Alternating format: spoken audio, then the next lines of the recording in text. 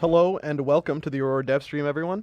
I am here with Cam Winston, a lead hero designer, and we're going to kick off this Aurora Dev Stream talking about our newest hero coming out. It's going to be a cool one. Oh, already starting. Already Is starting. he already in there with the puns? He's in there. So, 37 is going to be dropping tomorrow, and with that, we will have Moon Crystal Aurora, as well as her Time to Pay emote. If you haven't, go ahead and check out the release notes. Those should be live. We'll be dropping a link in chat shortly, and we'll be getting out the posts, so pay attention to Facebook and Twitter. We'll be posting those up soon as well. Also in 37, we have some death streak changes and some bug fixes, which are going to address the Sparrow piercing shot, as well as some jungle minion blocking and aggro. So be on the lookout for that. We've also updated team comms for Monolith. We've added some various options into the trees. You'll be able to check out some of those additional options in the notes itself. And I would be, remiss if I didn't bring up that I'm very excited for this hero. Aurora is one of those heroes I've kind of been, waiting for to sink my teeth into. And I'm really happy to, get started and just kind of look into her kit and dig into her. So if we want to go ahead, we can look at that announce video and start checking out what Aurora has to offer. Cool.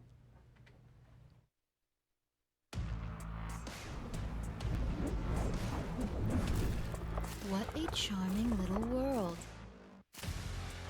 I'll take it.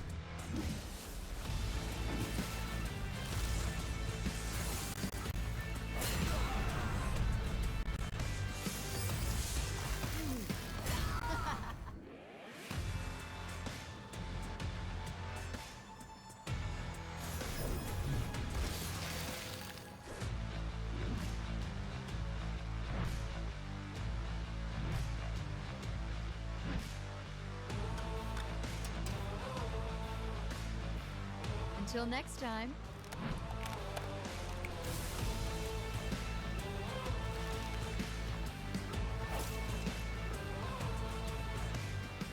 I gotta be honest, my favorite part, the slow moment where you see like Twin Blast frozen faced, and then it starts panning out, and then you get the little Iggy blink. Yeah. It's that's and using that in game feels I felt pretty badass when I used it myself, but You've been wrecking in the playtest. dude, Yeah. You heard it himself. You heard it here first, folks.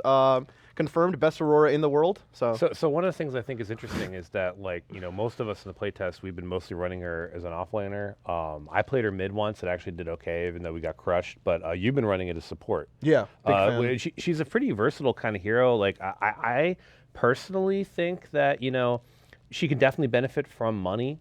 So if you run her in a lane where she gets money, I think that's going to be good if you want her to be like a core hero. But if you're just trying to leverage her for the control, you could definitely play her as support. It's just a different type of play style. Yeah, no, and I think what's super interesting is just like the abilities in her kit allow her to play in these different roles, because you can kind of conceptualize how you'd use that ability in that role, whether you're in an off lane versus a support position. If you want to talk through some of the abilities. Sure. So. If my headset doesn't fall off here, so we're just gonna go through them all, or we're gonna do these? Yeah, we can talk through. So like Frozen Simulacrum, which is gonna be here, right mouse button. Yeah. So Frozen Simulacrum is an ability where. So let me just kind of start. Like the entire idea of this character is she's meant to be kind of like a geometry area control kind of hero. So she's probably one of the more control-y heroes we've had. Frozen Simulacrum is she's gonna leap any direction she wants, kind of like Kalara. You just choose it, and then when you do, you leave an ice statue of yourself back there. And when that ice statue is there, it actually can take damage as a hero. It inherits her life, so if she has a lot of life, you can use it as a juke. She can use it to create geometry space. She can use it to leap up areas. It actually has enough vertical height clear that you can actually leap up to the gold buff platform from the ground. And the design intent of the ability is targeted abilities, because the ice statue is treated like a hero, can actually target it. So like if you backflip out and Grimm's trying to target you, he's going to have a hard time targeting you. If you backflip out and Chimera's ambushing you, the ambush will land on the ice statue. So there's a lot of really cool interactions with that. Her second ability is called Glacial Charge. She just does this charge, which we just saw there. So the charge is going to leave a ice wall underneath where she charges. And the thing about it, which is cool, is it's vertical, so you can charge up and down hills, and the ice wall will deform the terrain based on what you do. So an advanced player can do really interesting blocks and jukes, and there's a lot of strats that I don't even want to talk about because like I cannot actually wait for the hashtag Paragon plays for Aurora because I actually think that will be some of the hypest we've seen so far. yeah, Because that wall is it's very versatile, and I expect most of the time players in the beginning will probably not fully like understand exactly how it's used, but I expect over time they're gonna get to it, and it's gonna be awesome. Her third ability is Hoarfrost, which creates a ring of Hoarfrost around her, and that's that little jagged, icy, crystally stuff. If you touch the Hoarfrost, you're gonna get damaged, and you're gonna get rooted for 2 seconds, and it lasts a couple seconds, but it doesn't actually do damage around her. It's just if you cross the Hoarfrost barrier. So it's really good if you get next to somebody, you can kind of lock them in place. You can prevent creeps from aggroing, or like they all just sort of run into it. You can even use it to jungle, but it's kind of dicey. Like you have to like aggro the creeps and like kite them into it, so it's kind of a pain, but it's pretty cool. And then we got her final ability, her ultimate, which is Cryocism, which is a ice earthquake. It's a fancy word for an ice earthquake. which is that's a sick word. Yeah, I was like, this is an ice earthquake, and we were looking for the name for it. I Googled ice earthquake, and this came up. I'm like, this is a word? This is incredible. Anyway, so like the way the Cryocism works is just you use the ability, and it does damage to everyone in a fairly generous area around you. Anyone that's been affected by it's going to slowly turn to ice over like a couple seconds, like 1.5 seconds. After that period, they freeze, they're briefly stunned, and then they explode. Anyone that gets damaged from that explosion also turns to ice, also explodes. So if you do it in an area where there's a lot of people, you're going to do a lot of damage. And this is kind of where whether you're running Aurora as an offlaner or a mid versus a support comes into play. Right. If you're a support, you're probably not going to kill anybody, but you are going to cause a lot of mayhem and just do a bunch of control. But if you're a core player and you actually have farm, and you have like level 2 ult, and you roll into like 3 heroes and 5 creeps, that's a lot of damage. That's like not enough to instantly kill everybody, but to bring them pretty low, like 15-20%, and that way you can just sort of clean up crew with like characters like Crunch or Countess or anything like that. So. Right. No, and what I think is really cool is that a lot of these abilities, when you do play into these different roles, like me personally in some of the playtests we would play, I would start the Hoarfrost, so I would start that E ability first, and I would go and try and find a way to catch the offlaner pushing up a little bit farther, so I was able to like take advantage of the fact that I can start a CC ability that is I can consistently hit earlier on when maybe some of the other heroes may lack movement to get around it or get away from it. So I was able to leverage that to get an early kill, but there's another option I've heard of people use it, starting glacial charge or starting the simulacrum to try and get out of a sticky situation. Yeah, when I run her in the off lane, usually I start simulacrum first, just in case like I'm looking for the wrap. Like I'm in mid lane and there's like jungler's gonna come in, and like you can probably get away with one level of it, and like just the ice statue being there kind of makes it harder to follow you. But then I get 1 rank of Hoarfrost right after that, and that's like if you're in like some kind of lane where you've got some guy like trying to dive you and he thinks like he's super cool, like you can like before level 3, if you Hoarfrost someone under your own tower, they're probably gonna die. I mean, unless they're like, I actually don't know anyone at level 3 is gonna survive that. It's probably not gonna be a thing. Yeah, I know there's been a lot of those the simulacrum like hype dodges that I've seen over the past like couple of just in the playtest alone, which has been really awesome to see just with the diversity of roles. So when working on Aurora, kind of looking at start to finish, like what were some of the main design goals when you first started looking at the hero? I'm gonna answer that question, but something on Twitch just caught my eye. You do not get CXP for killing the clone. It just dies. It melts when it dies. So that's a question I was able to answer, so I pulled that up. The design, like I said, design goal of her is like, she's a geometry hero. So one of the things that I've been trying to help lead the hero design effort for is like, I want heroes that fulfill certain kind of heroic fantasies and certain kind of goals. So Paragon is a vertical game, so we have all this great verticality, but we didn't have a geometry control hero yet, and I wanted there to be one. So the design goal behind Aurora was, what if we had a hero that could just make walls in the game? And that was it. It wasn't an ice character. It was just, what if we had a hero that could make walls? And so we talked about what that would look like. And then there was this ice-themed hero coming up in the pipeline. I was like, I think this is a good hero to try this on. And the original version of her, like, she could actually do a wall, like, that would just, like, she just cast it. It would just come out from her, and it would just go out. You could, like, block off stuff. But we found in gameplay that, especially because of our camera and the 3D space and the action place and the fact that not everyone's going to be the best player ever in the world with this hero, it was causing bad gameplay because you could just put walls in the middle of team fights and screw up your teammates, and like there's always going to be an element of that whenever you're playing a high skill hero, but it was just super all the time, and there was really no escaping someone who didn't know how to play the walls correctly. So we decided to go with a wall that was a little bit more forgiving and also not as like, okay, I've dropped this wall, this team fight is over, which is kind of like what we were trying to avoid. Right, and I've kind of seen some people like run into this as well. Like I know in some of the playtests and some of the ways I've been seeing people play Aurora, you'll go for that wall to try and cut off or save your carry, but sometimes you might make that or call a little bit too early or a little too late, and like that wall does actually make that difference. I'd seen some really cool like drop-offs of people just like coming off of a ledge, getting a glacial charge and saving a teammate, but just like offering a path out of a team fight or a path out of a dangerous area, which could mean the difference between a won or a lost team fight. Well, you can also like remember so just to comment what you just said, you know, your teammates can actually use your ice wall to follow you, but if you reactivate the ability again, you can actually you know, destroy your own ice wall. So the ability actually has 2 reactivations. The first reactivation is you can reactivate it while you're casting it, and it'll stop her charge, but the wall continues. So that way, like, if you want to get a perfect position for an ultimate or for Hoarfrost, you can charge part of your distance and just stop. The other thing you can do is you can use your own other abilities during a charge, and it just stops you wherever you are, but the wall continues. If you activate the wall again while the wall's out, it'll destroy the wall. So that way, like, if your buddy takes the wall and you see that someone else is following you, you can destroy the wall and just get rid of it.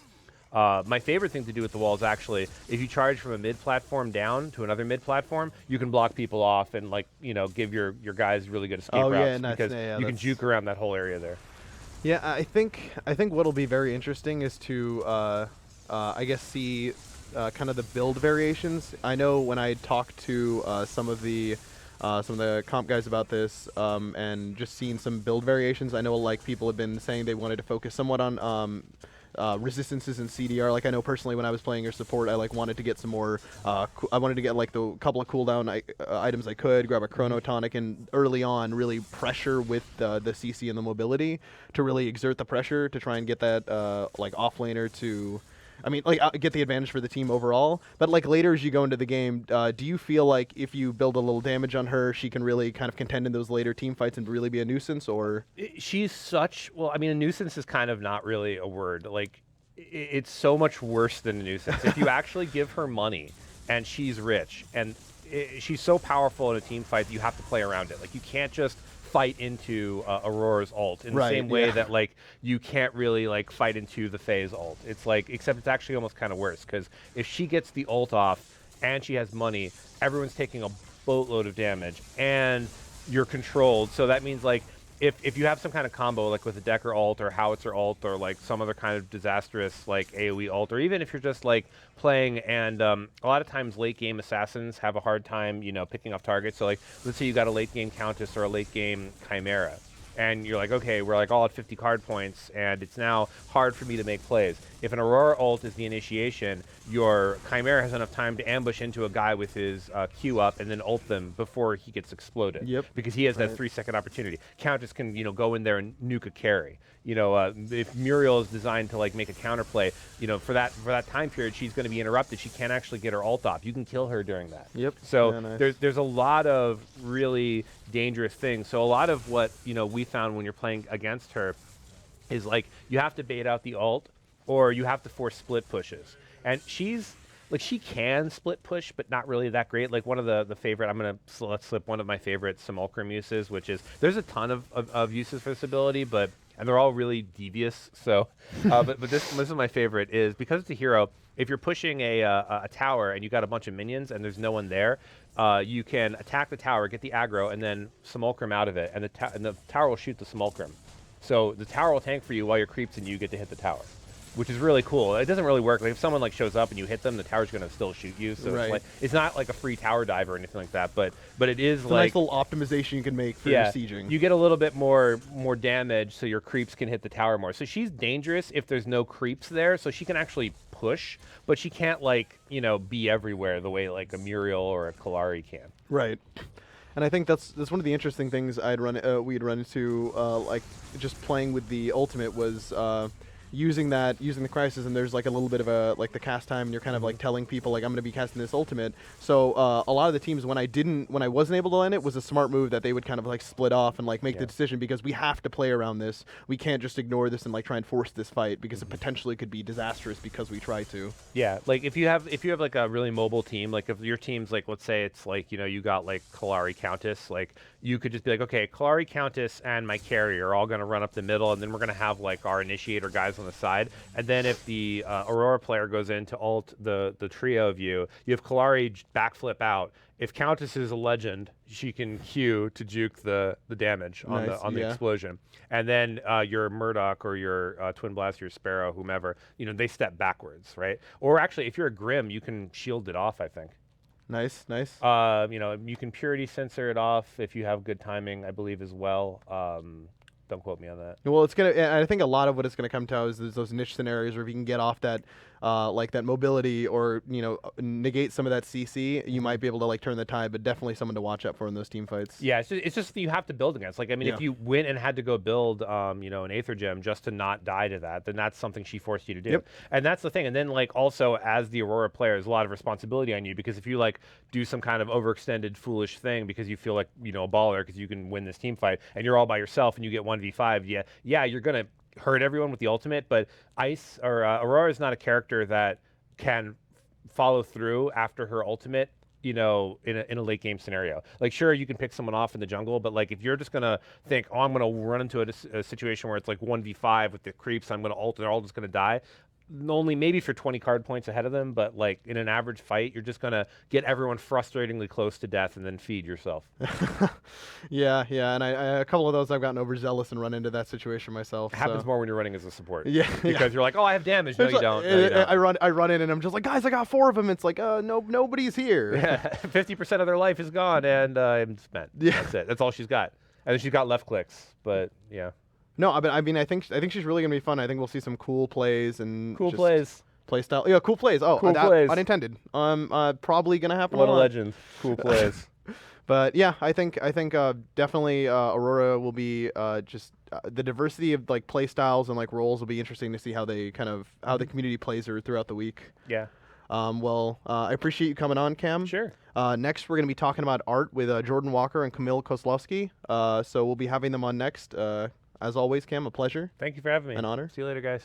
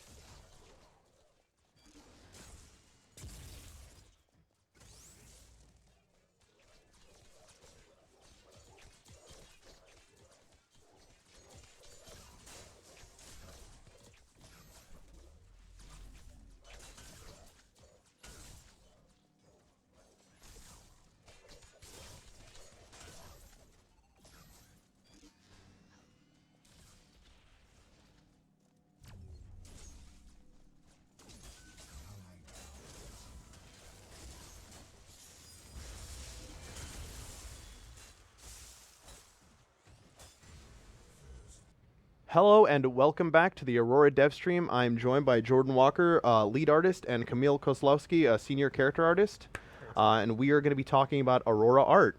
It's should be. I honestly like the when I saw the crystals, like where it was kind of the half ice and half like human body. Yeah. That was when I was just like, oh, I can't wait. Like, cause I knew the detail with like the ice and stuff would be really intricate, knowing just our bar. Like when the stuff comes out, I'm just like, I normally wouldn't have noticed this. I don't know how you were able to create this. But I think we have some cool art images we're gonna go through, and Jordan kind of talk us through some of that. We have some concepts and then also some beauty shots later on. Yeah, so this is a series of concepts we'll do. We've started doing with heroes, where we take their ability set and we'll have the concept artists sort of lay out what that, kind of storyboard the progression of those abilities, and it helps animation, it helps the effects artists to basically lay out their plan for how they'll approach these problems. It also lets us as a group see what problems might come up, so that when we don't have to wait till somebody's already started working on it to say, hey, like, let's take a few steps back and rethink this, so that when we get a concept for it, we can have those discussions before anybody really starts to work. Right, right. And when you're like kind of going through the process, like, do you go through a lot of iterations on? I mean, generally, like, you'll go through different trials, but like, do the iterations like that much different? Are you like, oh, we're looking at Aurora in this direction, we just took it in another direction, or was it pretty much? I think for her, it was pretty consistent all along. It was like, because I remember before, I can't remember if we had a concept or not, but I remember Cameron came to me and was like, hey, I want to do this ice wall thing. Do you think we could technically do it? And I was like, yeah, it seems like it will be more challenging than some abilities, but it seems pretty feasible. Right. And so from early on, it was like, at least from when Art was involved, it was like, this girl's going to do ice abilities, and there's going to be an ice wall somewhere in there. Right, So right. Just if there is there is ice associated with this hero, and there may or may not be walls. Yeah. No, but and I think that what's cool.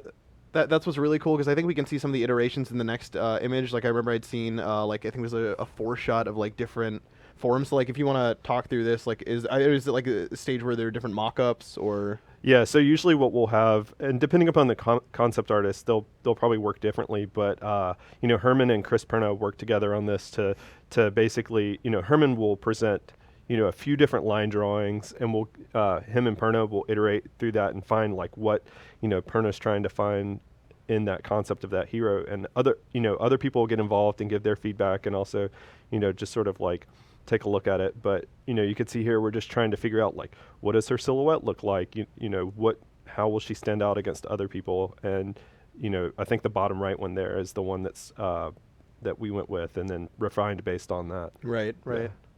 So I think one of the interesting things is you kind of see the different ways the ice is represented on the on the hero. You can kind of see in the first one you have this. It's a little bit more focused on like the tails of the dress, while in the second one the dress is a little bit more rigid and solid in one direction. Yep. And I think that's kind of it adds a little bit of the flavor, because I remember a lot of the older streams we talk about. It's like the little mini tweaks, like where like Greystone has like the light up on the backpack, or like they have like the kind of the little intricacies that are a little bit different but add that flavor. Like, I think we were talking on Countess, like the slight, the very delicate art, like pieces of art that were like lining her clothing was like, it was really intricate, but it was a small change that was made from one iteration to another. Oh yeah. And I think we have some modeling shots, I believe, as well, that Camille can talk over. I believe we have those coming up as well, in addition to some... yeah, so this is where they take nice, that break out of the 4, and you can see, like, her shoes changed between yeah. the previous iteration to this one, and her face got more refined, and just the outfit in general was like, they focus that down and figure out exactly what that looks like before handing it off to modeling and everybody else. So, out of curiosity, I don't think I've ever asked this question before, but like, when you guys are at this stage, how far in the process do you think you are? Just like maybe on a scale like 1 to 10, like how far along are you guys in the process when you're concepting this early? This is pretty early, and it can happen. Some heroes we will have concepted for months, right? And the concept is just sitting there waiting for a modeler who's going to pick it up. And so this is still super early, because it means that only, at least from the art side, only one artist has really gotten involved as far as like creating something, and so the schedule still has a lot of flexibility if we need to like shuffle people around or whatever. And so I would say concept is super early. And I think we have So these are the modeling shots. Camille, if you wanna... this is, the concept you just saw. This is something we start with, and then we will produce proto mesh. This is what we call. How we call this mesh. This is basically like a low poly representation, a simple model of the character that we will use. It's more like a tool rather than a character. We will use it to further test this character in the game. We will actually skin it and rig it. We'll throw it into the game so the designers can still work with the character. So for the most part, they will be playing with the character looking like this, like a simple model, but it's usable just to test out pretty much everything associated with the characters, starting from effects, design ideas, anything that needs some adjustments. And so, for us and maybe like for Funimation, it's a good tool as well just to test, I don't know, like she has a skirt that is like three layers, and we knew at the beginning that it may cause some problems. So, and it did at the end. So, everything that is simulated in games usually cause some issues here and there, so we will have to iterate later on. And So the model gives you a good foundation. This gives us an opportunity to test certain issues and to see maybe associate people. I mean, put some people later in the line onto certain tasks. So this is what we start with. We have higher quality expectations. We could leave it like yeah, right. like that. But the next slide, the next image shows more or less where the high poly model is finished.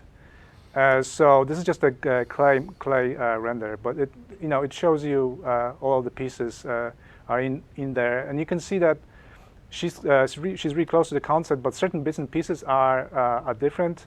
So what we do when we model the characters, we change some small bits and pieces here and there, just not just by ourselves, but we talk with art directors and lead artists. Just if we think like maybe when you convert a 2D model from a 2D image to a 3D model, certain ideas just need some visual upgrades. So right. you just change stuff around, not too much. You don't want to, if you like the idea at the beginning, you don't want to change it, right? Right. But yeah, so this is the final image of the character, and Herman, our concept artist, did a great job with the idea. So I really love working on it. And so when we're done with what I do usually with my models, at the end I will just kind of add shaders on top of this gray mesh just to visualize how she might look like at the end. And this is something that texture artists can take a look and maybe see, oh, this is a cool metal, and or maybe this is a cool clothing shader, and kind of build on top of that. This is just an indication. It's not anything final, but right. something that we can use. Yeah, and I think we have some of the colored images as well. Nice. That's nice. See, yeah, and what I find interesting is like coming from like where you said you create that model, kind of that foundation for like the animators and the FX to start like hooking up and investigating things. Do you find that during that process, like coming from that concept, when you said, obviously a little bit of things will change, like when you conceptualize a 2D kind of concept art versus like the 3D model itself, was it anything major on Aurora for the most part? Did you keep the whole model, the integrity of the model there, or was it closer to Herman's concept, or was the model, did you guys kind of tweak it a little bit to find the right areas? I think it was close. It was really close. Just certain details here and there, just certain accents maybe. Like we added some gems, like little stones on the armor, just to add a little bit like more color into it. So she's not just 3 colors. Right. And but everything is pretty much more or less the same as on the concept. Although I have to say that the eyes part was pretty difficult to model, and I had some problems with getting the best results. It seemed like a really simple thing to do, just bits and pieces attached to the body, but it kind of has to have certain flow and lines. Oh yeah, right. Yeah, I just started by copying pieces, but just didn't look good. So I ended up kind of painting all the lines on her body and extruding everything, and piece by piece cutting and trimming. So it takes. Nice. It seems like a simple thing to model, but then you end up working like 3 or 4 days on it. So the same with the armor piece. I thought maybe I will just get away with a tiling texture just to get this the details that she has on the armor on the left, on her right arm, but it just didn't look good. So I ended up just making piece by hand, and just it's the time you need to spend if you want to Right. get to the quality You know, that's and needed in the game. Exactly, and I mean you can see it because you can see like the small little, very specific, and how each of the ice crystals kind of flows into each other. So it Yeah. almost looks like a natural flow that when the the magic took over her body, Yeah, that like exactly. it came up that way. And I think that's what's important. The attention to detail is very important because while it may not be something that when you're looking at the hero outside of being, if you work in the field and being an artist, you see. It's one of the things that in-game really adds to the feel of the hero, I think. Like, while you're playing the hero, it feels a lot more realistic when you notice these little ornate pieces that you didn't notice before, something new you might find. Yeah, it's like telling a little story, right? Yeah. When you're building a character, like each element has to tell something, needs to add to the overall design. Was there any like when you guys were going through the process, because it seems really straightforward for Aurora, was there any like time you had to go back to the inspiration and like maybe look at the design end of stuff and go back into it and be like, all right, maybe we go this direction? Like when Herman kind of gets that early concept, do you already know like, oh, she's gonna have an ice sword, or oh, she's gonna feel like this? Yeah, I think, at least for her, it's been pretty clear as far as how the thing should feel, how the ice should form. I think whenever we had to rethink something for her, it was on a technical level. Okay. I think creatively, it's pretty clear to everybody when she needs to create ice. We let's look at glaciers. Let's look at all how this stuff forms, and then it all for us. It tended to be more of like technical challenges of, like he was saying, how do we get this ice modeled in there, and then once we have the model, how do we make the ice blend in with her flesh nicely and look like it belongs in the scene? It doesn't look stylized. The ice proved to be a pretty big challenge. Yeah, on all levels, I guess. So I mean, and I think that's something that's super interesting. That like sometimes the complexity can come on the end of actually iterating on what the hero identity kind of looks like, and to the point of the other end of the scale, which is like, how can we get this small piece of ice to look like it's in place, or it's in the right place, that it doesn't look out of place? But I mean, that's the very important stuff, like paying attention on both ends. Yeah, that's cool. That's cool. Well, I appreciate you guys coming on. We are gonna go through animation and FX with Jim and Thomas next. So Jordan, Camille, thank you for coming on. I appreciate it as always. Great. And Thanks we'll be for having having those us. guys on next. Thank you.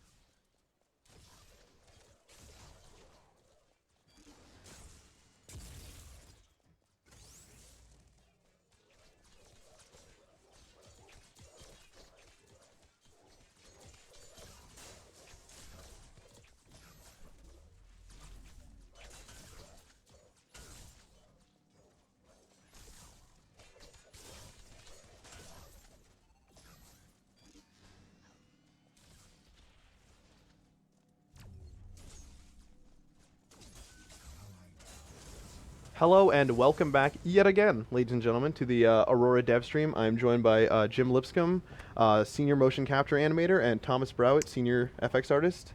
Thanks for coming on, guys. Yeah, nice to see you. Oh my! How did I not think of this? How is Jim sitting there thinking of these genius puns right over here, and I'm sitting here looking like a fool? That's my one. I'm okay. out. Oh, you wanted. All right, got it. It was good. It was quality. You used a good one. So one of my favorite parts of the stream, I always love talking through the animation and FX ever since we started talking about mocap, because of how interesting it is in the process to me, as well as how intricately it kind of everything layers in, where it almost seems like it's this very streamlined process where it kind of comes together at the end of this to really make the hero feel good. And I think we can start with talking through some animation. I know Jim brought some videos we can talk through. So we can pull those up. Yeah, so Jim, if you want to just go ahead and take us through this. So sure, this first one is basically the process all the way from initial mocap to the final in-game run. So the first one you saw is basically the raw mocap. And now what we've got here is what I did to it in Motion Builder to make it loop and go into its correct poses. And then this third part here is what the final animator, Michael Shin, has done. You can see he sort of changed the pose on her sword and altered her gait a little bit just to feel better in game. And then this is what we come to in this is in our editor, and we get to the basically what it looks like final, where Right. he's layered in all the extra bits and overlap that he wants to, and you can see when she turns, she's got like some leans in there, and she turns in both directions really nicely, and so it's a long process. Definitely. Like I'm it's sure great. getting the Yeah. mocap actor, getting the right person, and Yeah. then just you're trying out all of the. I'm sure like your guidance and getting through the process Yeah, of like yeah. getting the right animations in the first place is important. I think we also have we've a couple more videos here. Yeah, so this is the mocap actress for this Stephanie, and here we're basically she is a better sword fighter than myself or Michael Shin, because we're animators and not sword Not sword fighters. fighters, yeah. So we basically just hung out with her for a few minutes before we started shooting this, and just had her just sort of play around, and because a lot of times the actors are like, they're going to do stuff that's way cooler than what we sort of anticipated needing for this ability or attack. And so this is her just sort of, spitballing with the Trying primary different- right. attacks. And so eventually we sort of will hit on something that we're like, oh, that looks good, or, let's go in a different direction. So we shoot this kind of stuff for a while, and then we get to the point where we're like, all right, this is sort of what we want. And then Right. so we go through like multiple takes with her trying to nail that down. Well, and yeah, I mean, I think what I think is the super interesting part about the mocap process is the experiences. Like, kind of the hero is almost affected by the experiences of the kind of the mocap actor, because they Yeah. have like their experience as a sword fighter, or is like for Bellica, talking about if we found somebody with military experience, Yeah. who like knew how to hold a gun and knew how to Yeah. like operate and like act, and the body movements that feel a lot more natural because they learned how to do that, by craft. Yeah, they just bring a lot more to it than like just I could, or just Michael could, or just one animator could, because the thing you get with mocap is all these like inconsistencies and like what you would call as like a glitch, or something that would look a little bit funky if you were keyframing it, but like that's what makes mocap sing, is you get these little inconsistencies. that Nice. natural Like adds human the motion. human aspect to it. Yeah. And I think we have 2 more videos to go through. So this is So this is her primary attack. So that's where Right. we basically ended up from Stephanie's nice. sword fighting, and so It's we really get- we cool get to these see initial- it see it in Yeah. real life and then in the game. yeah. And so Michael's tweaked it here a bit. He's basically put little holds at the end of every attack, so that if you're like, all right, I'm only gonna swing twice and then stop, like it still has to look good. You can't like stop in the middle of it. Right. Yeah. Right. No, that's cool. Yeah, showing the complete like swing and everything. And then we have our 4th video, which I believe is on the wall. Yeah, nice. So this is sort of the other end of it, where we sort of experimented a bit with this ability on stage while we were shooting the mocap, and we got it back upstairs and working on it, and we had some animation in there, and we showed it to the designers, and basically everybody was like, nope, it doesn't work. So we sort of go back and iterate and iterate and iterate, and basically we came to something like this, where there's very little mocap in this ability. But what the mocap does for us is it lets us get through and get animation done for other abilities more quickly, so that Michael can spend more time keyframing stuff like this. Right. Because there's going to be those spots in every hero where like mocap just isn't ideal, or doesn't work, or we want something else. So he Right. can spend the hours where it needs to be. Yeah, and where polish would it be the something most like this. impactful and Yeah. actually like kind of affect that final product? Yeah. No, I think that's really cool, and this is the one I'm excited to pull off a lot of gimmicks on tomorrow. This should I can't be wait. it should be entertaining. No, there's some definitely some cool plays you can pull off. But let's pivot. We'll switch gears and start talking about FX. I know Thomas brought some videos that we can talk through as well. So if you want to talk us through, talk us through this first one, Thomas. Yeah, this video is just kind of a montage of all of her effects, all of her abilities, and emotes and level start and things like that. This is running at about 40% normal speed, so that there's a bit more time to sort of see all the detail in there. Right, and I mean, what's nice is you can really see like a lot of the very sharp, jagged crystals. And what's awesome is like I always like talking to you guys about the process of concepting, modeling, and then animation, FX, all working together in conjunction. Because I almost see a little bit of those early stages of ice art. Yeah. This is a kind of a cool little discovery I made while recording. You can use the wall to sort of get from the gold buff to the prime orb area, like so. No, and this is exactly what I'm excited for, is people to find out stuff Yeah. like this and find out a little bit more of the maybe Easter egg wall spots they can try and get to, try out some Yeah. of those, because that's definitely going to be interesting. And this is the ultimate sort of showing the way that the ice sort of builds up and then characters freeze and then explode, and then you get this sort of chain reaction. Nice. And then the next shot is from the player's perspective. One of the really cool things that we got in with this ability is when you freeze, it'll actually pause your animation regardless of what you're doing. So if you're jumping with your arms up, or if you're attacking, then you'll be sort of midway through the attack. Oh, and no, yeah, this is fantastic. Yeah, this is one of her emotes. That's a fantastic emote.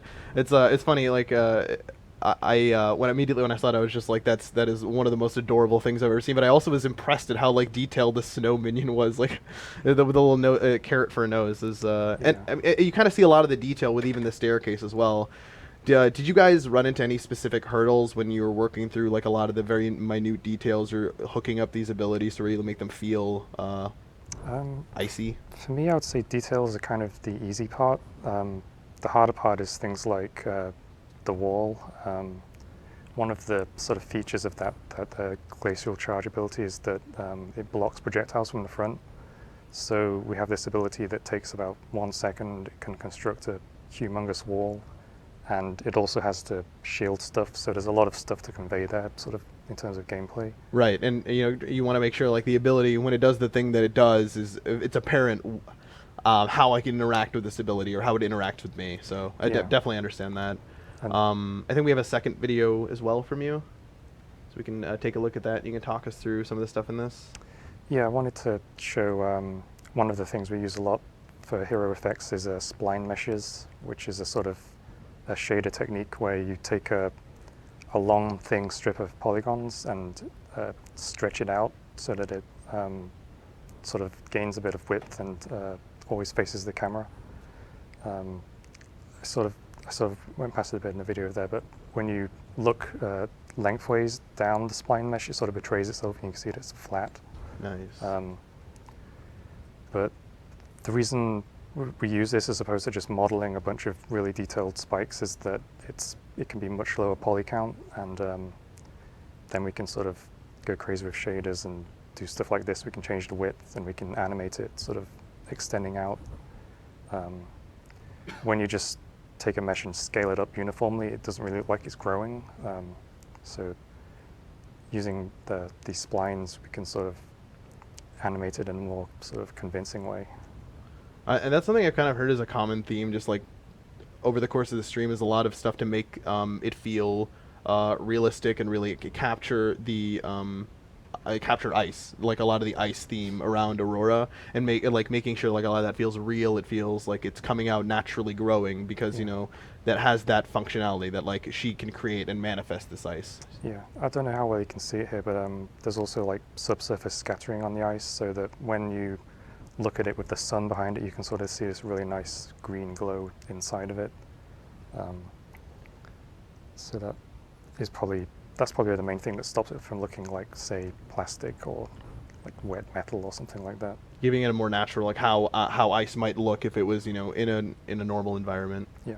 That's really cool. So I mean, between working together, was there any big hiccups in the process, either on the FX or animation front, that like was something new you guys had to implement for this year, or something like you hadn't done before or hadn't felt comfortable doing that you had to kind of implement for this, or was it a little bit more cut and dry?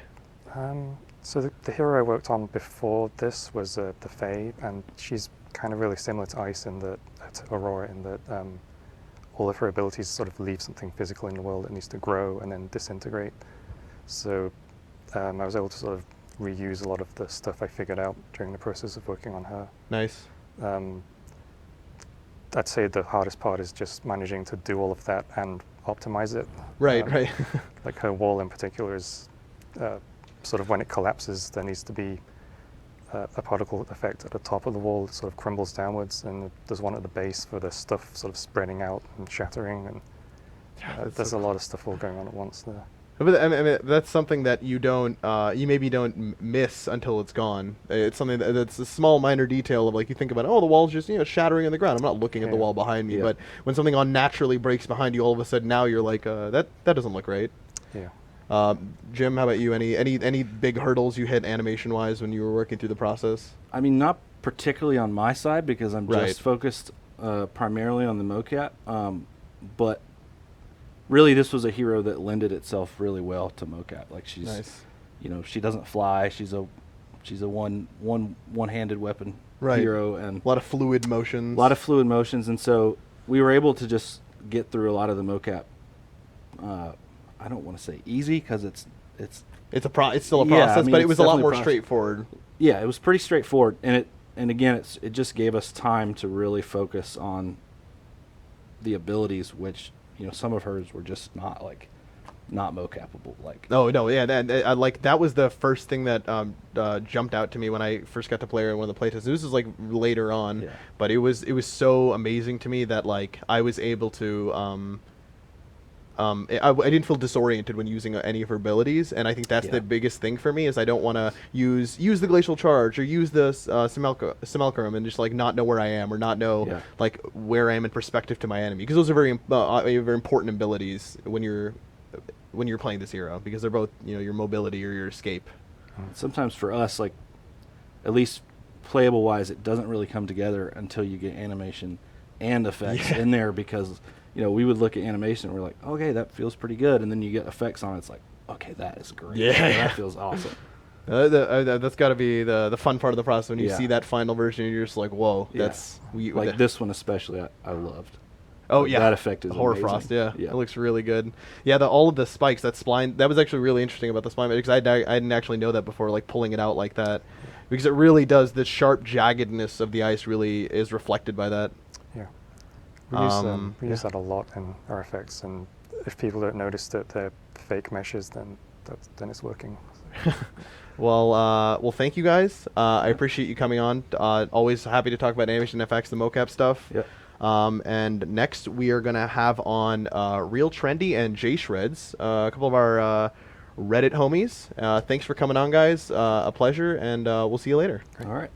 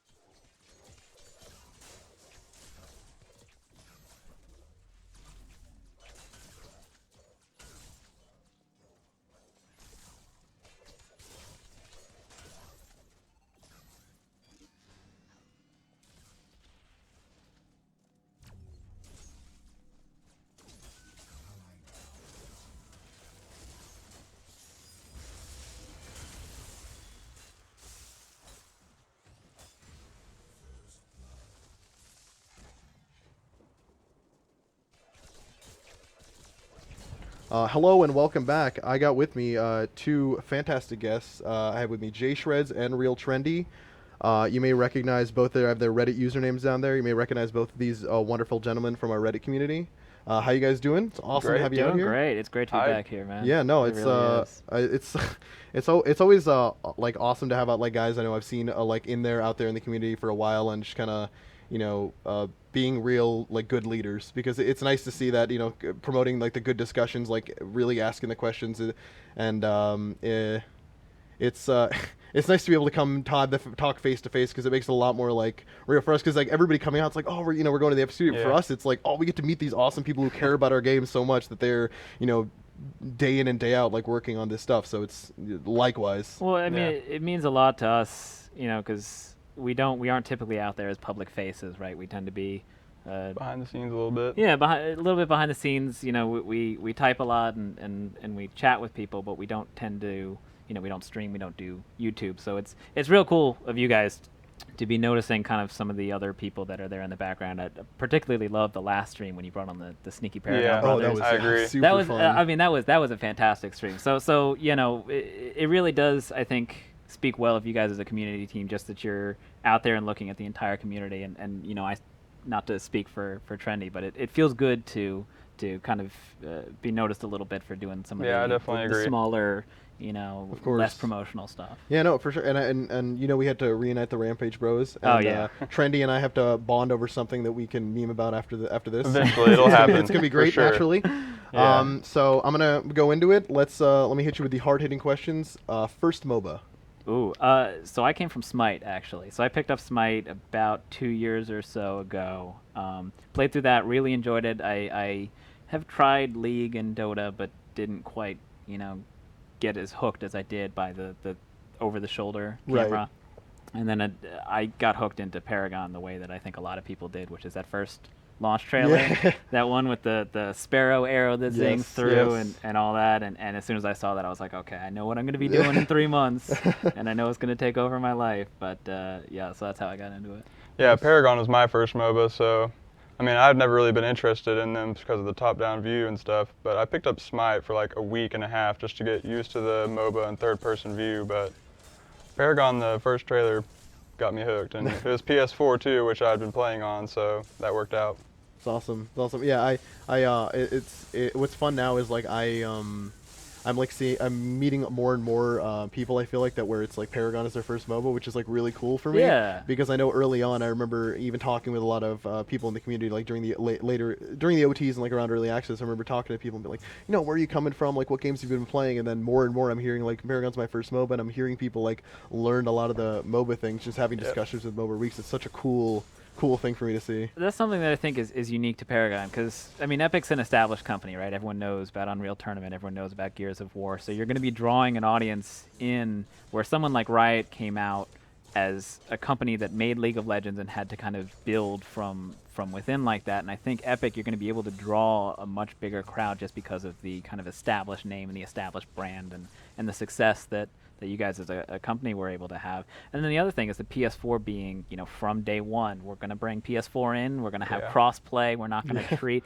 because I think that's something that, you know, other games are trying to branch out into consoles, but I think they're having trouble with a kind of two-tiered system, right? You've got the PC, which is the main game, and then, you know, the consoles kind of, they work on it and they're latent patches and things like that. I think that the attention that you guys have shown to the PS4 side, it's made a really seamless kind of inclusion of a community that might otherwise not have gotten into MOBAs. Right. That people don't even think twice. I mean, you play with PS4 players as a PC player, you play with PC as PS4, and you know, I personally haven't noticed any difference. I mean, certainly the skill level is the same. Shout out to Involve, the original PS4 legend, right? But I mean, seriously, showing people that you know, PS4 players can play every bit as well as PC players, and I think it's doing a lot to kind of shatter the stereotype that a lot of, you know, PC fanboys, you know, might have about console players, where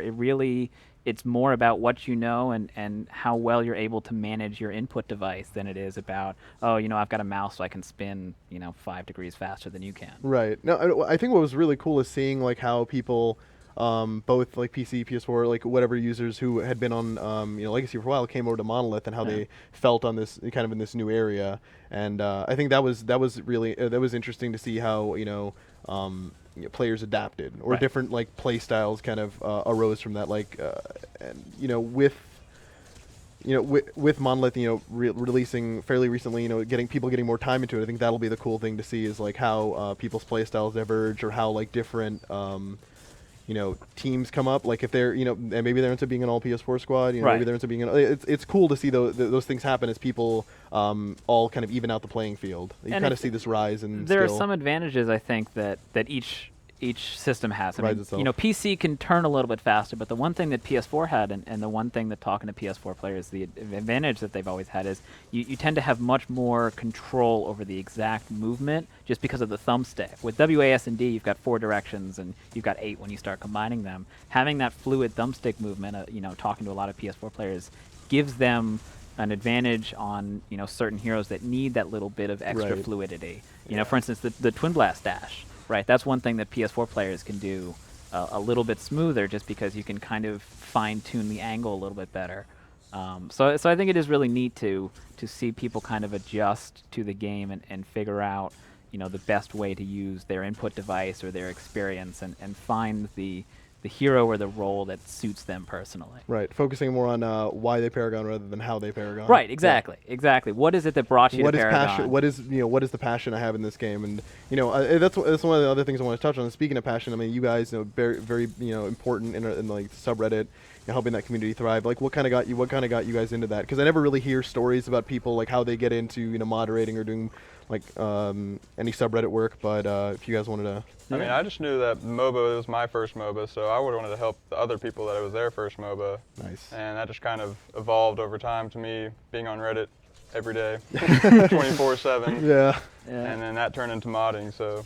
Yeah, I had not actually spent any time on Reddit really before Paragon. Yeah, right. Yeah, We talked about that. Yeah, so you know, it's not that I was really familiar with Reddit or anything like that, but when I first saw the launch trailer, I went looking for the original subreddit, and I was trying to see if I could cop one of those OT codes, right? Because people were doing those giveaways, and I wasn't successful in the OT, but I was like, man, you know, there are a lot of really cool people that are talking about a lot of really cool stuff. You know, this whole Reddit thing is pretty neat. And started to spend more and more time there. At first, just kind of learning from the people that were in the game, and then when I started to feel like I was kind of getting a grasp for the game, those newbie threads in particular, we do a newbie thread every Tuesday and Friday, and that was a spot where I was like, hey, this is a question that I can answer, and oh, this is a question that I can answer too, and you know, before long, I would just kind of pop it open and run through as many as I could, and you know, kind of worked its way up from there. I remember it's always funny because you know obviously we're on, you know, being on the community team, we're in the subreddit, we're in the forums, and like I'll go to a Reddit post that I see has a question, because I'm a big fan of coaching myself. Like I always, you know, I claim to be one of the greatest Paragon coaches of all time. Right, clearly. Disclaimer. Yeah. But it's always really cool to see the player-to-player interaction about educating each other. Right. Because that's what I was like. I'll see a thread asking a question about like a mechanic, or like if I can play a hero this way, I'll hop in to try and give some advice, and I'll obviously be beaten to the punch by like one of you two always, which is yeah. But it's nice because I see the interaction, the player going, you know, back and forth. Immediately something clicks in their head, like I can have this discussion, like talk about this game, and you know, maybe learn a little bit more. And I think there's something to be said for the community-to-community interactions. I mean, like Trendy was saying, right? It helped us out when we were able to go there, and we kind of went through this learning process to figure things out ourselves.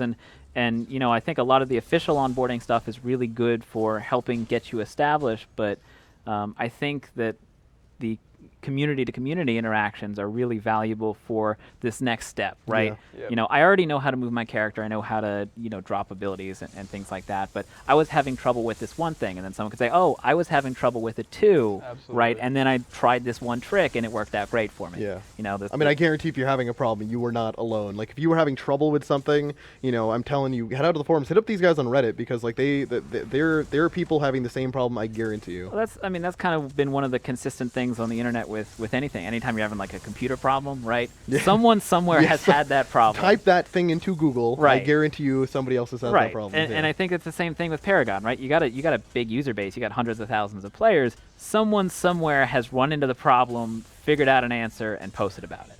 Yep. Or someone is out there waiting to post about it. Yeah, exactly. Right? You just need to ask the question. Maybe you're that person. Right.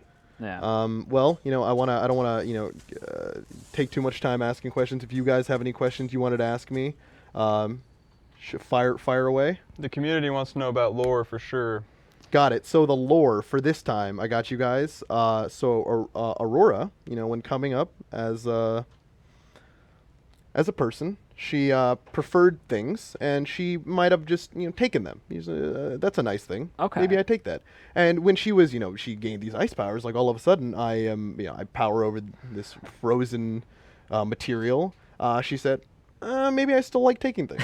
Yeah, you kind of touched on that in the video. Maybe Yeah. maybe I like hoarding things a little bit and keeping them to myself. And she may have happened to stroll through the streets with a future hero, but I can't know that. Right, Like right. I couldn't Right. possibly. No, there's know no that. way. Yeah. No. it's just you it's- only hear about them as we do, right? Yeah, Yeah. and I'm on the same page. So like, Right, right, right. take that as you will. But this she took some stuff, hanging out. Really enjoyed the process of grabbing things and just holding them for herself, and then got those ice powers, and she kept doing them, keeping them in a cave somewhere. So Not maybe in an ice castle. it's a nice cavern. Yeah. It's- Yeah. Okay.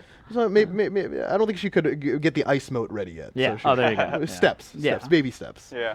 But no, it's Yeah, so I wanted to ask about the monolith, kind of the visual update Right. process. So when it dropped, you guys talked about wanting to get it out in kind of a slightly more toned down sense, just so that people could get their hands on it.